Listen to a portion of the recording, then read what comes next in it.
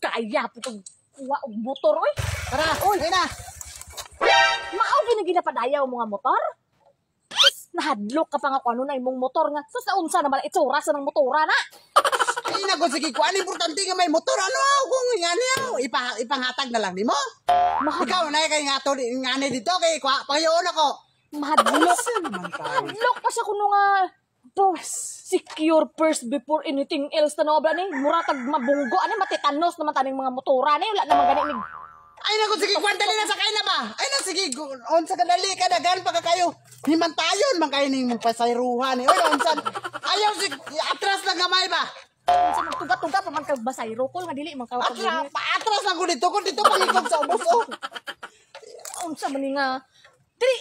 Oh, Atras ay si Gwan mukunit gigmayo nga. para masayro ka pa kung dili man ka mapagunit. Mataga ko ni karon.